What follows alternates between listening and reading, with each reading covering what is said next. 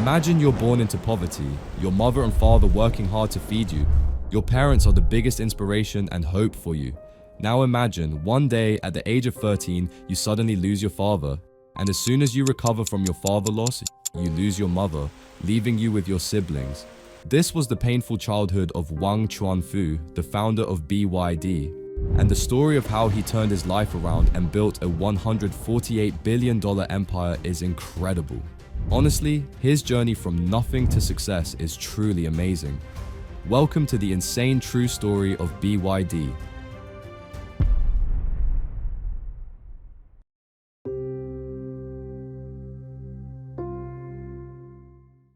It was 1966, a dark and difficult time for China. The country was still recovering from World War II, a long civil war, and a terrible famine. And during this tough time, a boy named Wang Chuanfu was born on April 8th in a small village called Wuwei.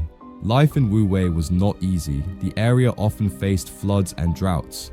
Most people were poor, and many families didn't have enough food to eat. Wuwei was one of the poorest places in China, and this is where Wang's journey begins. Wang also came from a very poor family. His father was a carpenter and his mother was a housewife and also doing farming jobs. They didn't have much, but they worked hard to survive. Wang's family was very big. He was the seventh of 8 children. From a childhood, he knew life at home was hard, so he tried to help in any way he could. Every morning, he went to school, and in the evenings, he worked on the farm with his family. Even as a young boy, Wang had a lot of responsibility on his shoulders. Despite all their struggles, Wang and his family were happy. For Wang, his father was his biggest role model. Even though his father didn't have much formal education, he taught his children the most important values: to be honest, trustworthy, hardworking, and kind. But sometimes, life isn't kind to good people. In 1979, when Wang was just 13, his father was diagnosed with liver cancer.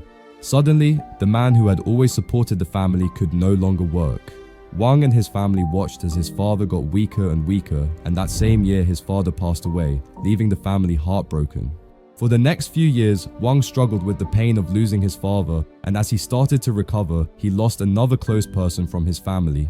In 1981, when Wang was only 15, he lost his mother. She died suddenly while working on the farm. After his parents died, Wang was completely down. He lost all hope and confidence. It was a very hard time for the whole family. His 5 older sisters rushed to get married, and his 18-year-old brother had to quit school to find a job and feed the family. During this time, Wang realized the best way to support his family was to get into vocational high school so he would be able to get a secure and stable government job. Over the next few years, things started to get a little better, but then his older brother decided to get married and start his own family, moving out with his wife. Wang didn't want to be a burden on his brother, so he decided to drop out of school, start working, and live on his own. When his brother and sister-in-law found out, they were angry. They told him he shouldn't leave the family and should focus on finishing his studies instead of worrying about everything else.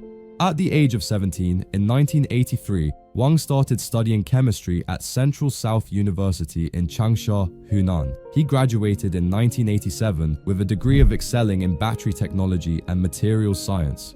But Wang wasn't satisfied with this. He decided to continue his studies at the Beijing Non-Ferrous Research Institute, focusing on battery technology. By 1990, at 24, he had completed his master's degree. But he didn't stop there. He stayed on as a researcher, working hard on rechargeable batteries, believing it could lead to something big.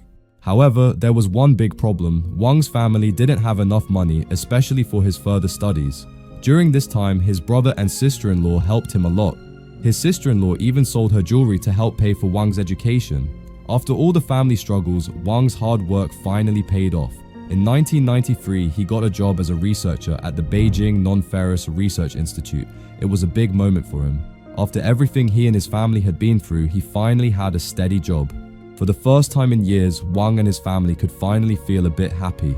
Wang worked as a researcher at the Beijing Non-Ferrous Research Institute for the next 2 years. During this time, he saw an opportunity that could change his life forever.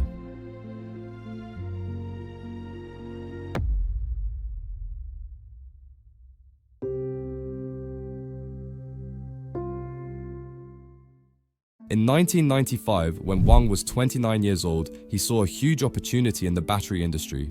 At that time in China, mobile phones were becoming increasingly popular in China, and companies needed good, affordable batteries. However, most batteries were made by Japanese companies, and they were expensive. There were no affordable Chinese-made batteries in the market. Wang knew he had good experience, especially since his last job had been in the battery industry as a researcher. He had worked with batteries before and learned a lot from his research. He understood how they worked, which gave him the confidence to start his own business. But there was one issue though. Wang's savings were not enough to start his business, and he didn't want to ask his brother and sister-in-law for more help. They already had made so many sacrifices for him, and he felt ashamed asking for more. Luckily, Wang had made some connections and got the chance to meet with investors and banks. But both turned him down. Things weren't looking good. Just when he thought all hope was lost, his family stepped in once again. This time, it was his cousin, a successful businessman, who believed in him and gave him a loan of 2.5 million yuan to get started. However, Wang was excited about his new battery business, but deep down, he worried. He knew it was risky to borrow such a large amount of money, especially since he didn't have any personal wealth. If he failed, he could end up in serious debt. Despite the huge risks, Wang believed in himself and decided to move forward. In 1995, he started his first company and named it BYD. He began by making lithium-ion batteries, the same type used in today's smartphones. Luckily, this was the perfect time to make batteries. The demand for electric products in China was growing, and at the same time, the telecom industry was booming. This created a huge need for batteries, and Wang was in the right place at the right time. At first, Wang's plan was simple: find out what batteries were doing well in the market and make cheaper, better versions of them, just like China was known for. And this plan worked. In the beginning, BYD started getting small orders. Slowly, more people heard about them. Local Chinese companies began to order more. Things were moving in the right direction. Soon, BYD started getting large orders from the local Chinese market, and to meet this growing demand, Wang reinvested all the profits into starting another small factory. He was very smart with his business decisions. Instead of spending on big machines, he hired many workers to make batteries by hand. This helped keep costs low because workers in China were paid less, and it generated more profit for the company. Within the next 2 years, BYD had grown to 3,000 employees and was expanding its facilities in Shenzhen. Wang was determined to make his batteries the best. He studied how big companies like Sony and Sanyo made their batteries.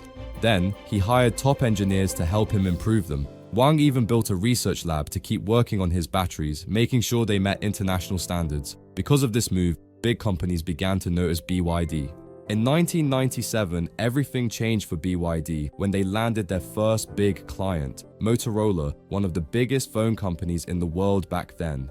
Motorola was impressed by BYD's low prices and reliable nickel-cadmium batteries. Soon, BYD started getting more attention. In 1999, they received huge orders from other major phone brands like Nokia and Ericsson.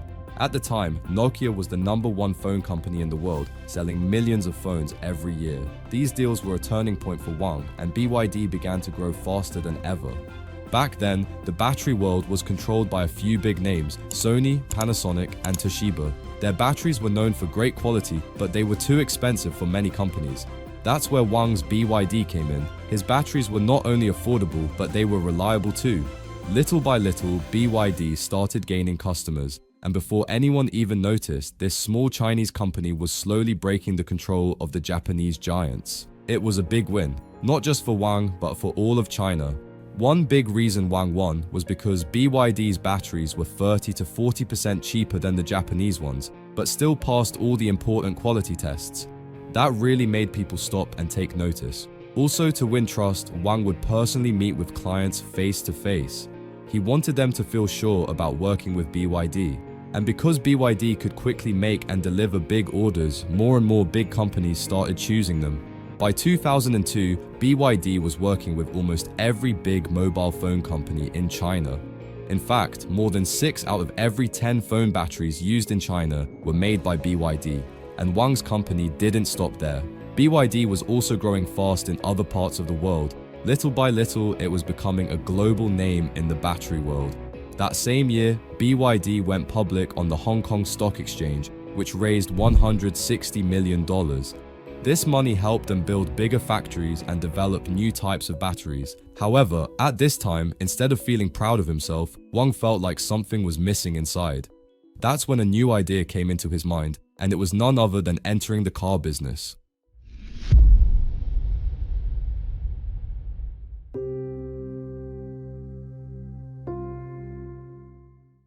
In 2003, Wang started looking closely at the car industry and noticed many problems. He wanted to build a good, affordable car for everyday people in China. But when he shared his idea to colleagues and investors, they laughed. They thought he was crazy. Wang didn't know anything about making cars, and he didn't even have a driver's license. At that moment, Wang made a promise to himself. He would prove everyone wrong. But deep down, he also knew that building a car from scratch with no experience wouldn't be easy. However, before Wang could even begin, there was one big problem.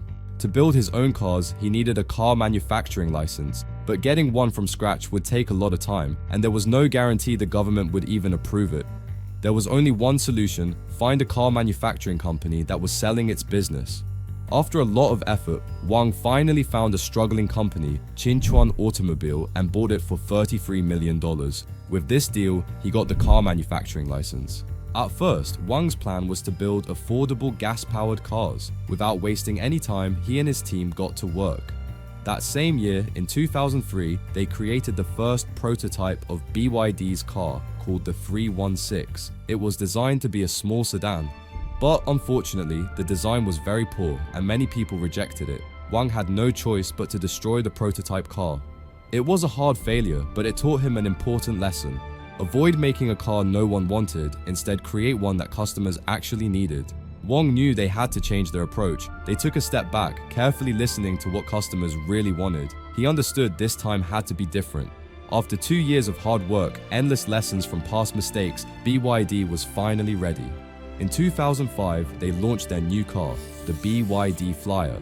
It wasn't just another car, it was the result of all their struggles and hard work. The BYD Flyer was a small, affordable car, perfect for city driving, but there was one problem: it had old technology, like something from the 1980s. It looked a lot like an old Suzuki Alto and didn't attract new buyers. Since BYD was still new to making cars, the quality wasn't great either. Other Chinese car companies offered newer, better cars with good performance at the same price. Because of all this, the BYD Flyer was a complete failure. Meanwhile, Wang started to doubt himself. He had built 2 cars and both of them had failed. His family and close friends told him to stop wasting money on cars, but Wang wasn't ready to give up. He decided to try again and build a new car. That same year, in 2005, BYD launched the F3 sedan, their first car made entirely by themselves. The F3 was a gas-powered sedan priced around $10,000, and it looked a lot like the popular Toyota Corolla. This time, Wang's risk paid off. The F3 was a big success, selling 63,000 units in its first year. The F3 took off in China thanks to its affordable price tag. It was half the price of the Toyota Corolla, making it a great deal for many buyers. On top of that, the car's technology was much improved compared to their earlier models, making it even more attractive to customers. Within the next 2 years, the F3 surpassed 100,000 sales. It was a huge milestone for BYD, making them the fastest Chinese brand to reach that number. This massive success not only helped BYD grow, but also gave Wang the recognition he needed in the competitive car industry. After the success of the F3 sedan, BYD launched the F3R hatchback in 2007. It was a 5-door version of the F3, designed for customers who wanted something more flexible. Priced at around $7,500, it was affordable and offered great value. Though it didn't sell as well as the F3 sedan, the F3R still performed well. In just 3 years, over 51,000 units were sold. The F3R proved that BYD was serious about expanding and making a bigger name for itself in China. Needless to say, Wang was happy and enjoying the success, but at the same time, he had other plans in mind, plans that could change the company's future forever.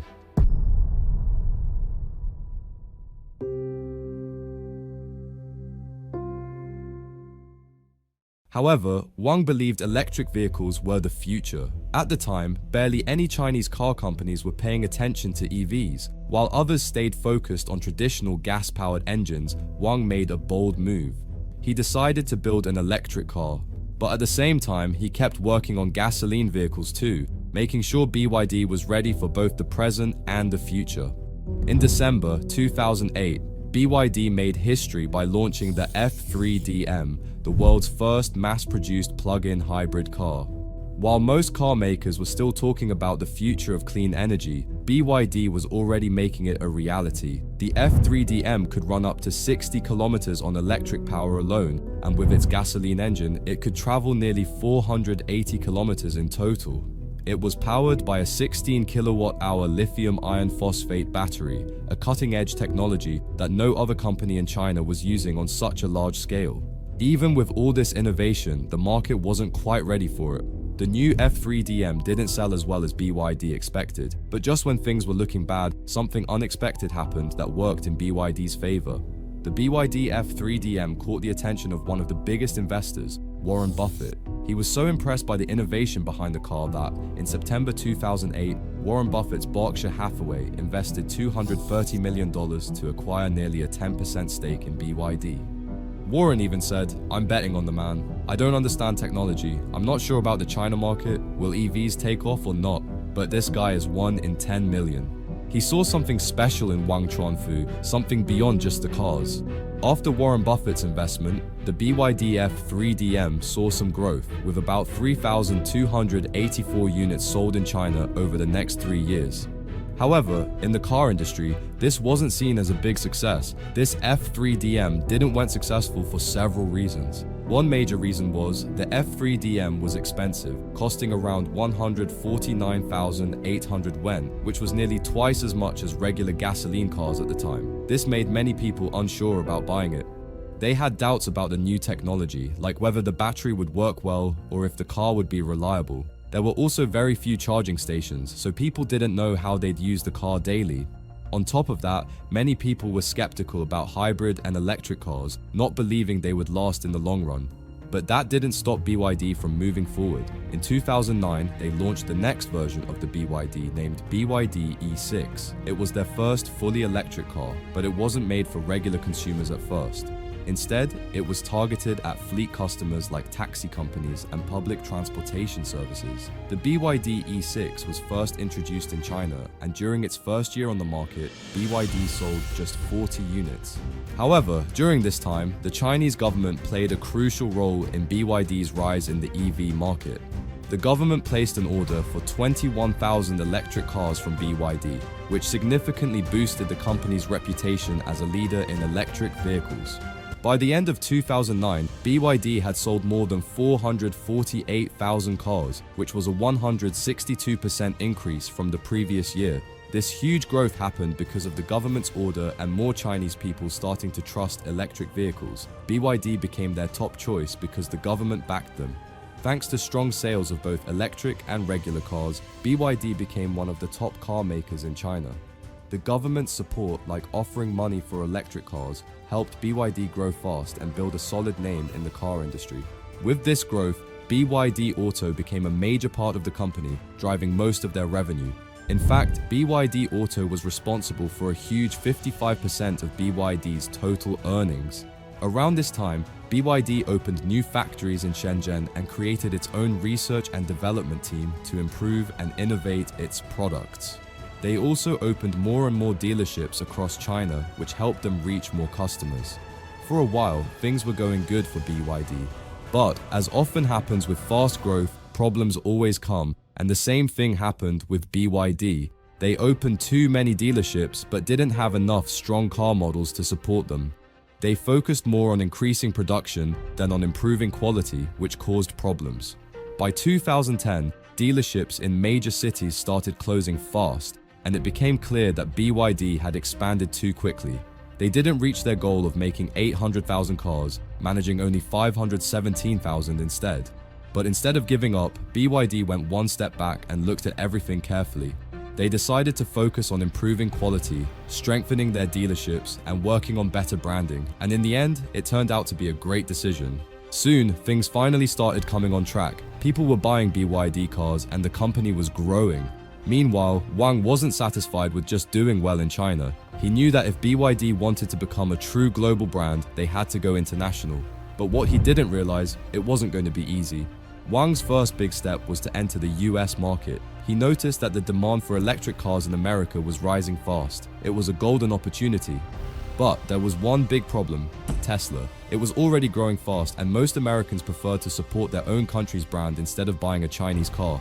So, Wang knew he had to do something different, and that's exactly what he did. Instead of launching BYD's popular electric cars in the US right away, Wang took a different approach. He decided to start with commercial vehicles. Since BYD already had solid experience in making electric vehicles, they introduced electric buses in the US market, and surprisingly, this turned out to be a brilliant decision. BYD's buses were not only affordable, but also helped cities cut down pollution and meet their green transportation goals. This gave BYD a strong advantage. They started working directly with US cities and local agencies like Los Angeles to provide electric buses for public transportation. The response was amazing. In just a few years, nearly 1,000 BYD buses were running on American roads, showing they were a great fit for public transport systems. After seeing the success of their buses, BYD went a step further and launched electric trucks for commercial use. Then, in 2013, to reduce costs and grow their presence, they built their own electric bus factory in Lancaster, California. But around this time, Wang had no idea that new problems are waiting in the corner.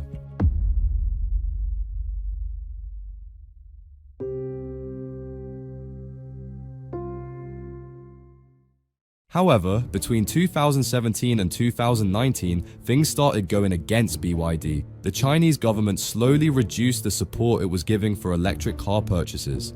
This decision was meant to clean up the market and remove weaker EV companies. But the situation also hurt stronger companies like BYD. Their profits dropped sharply, falling by 42% to just 1.6 billion yuan in 2019. Things got so bad that the CEO called it the darkest moment in BYD's history. He even said the company's only goal during that time was simply to survive and get through this tough period.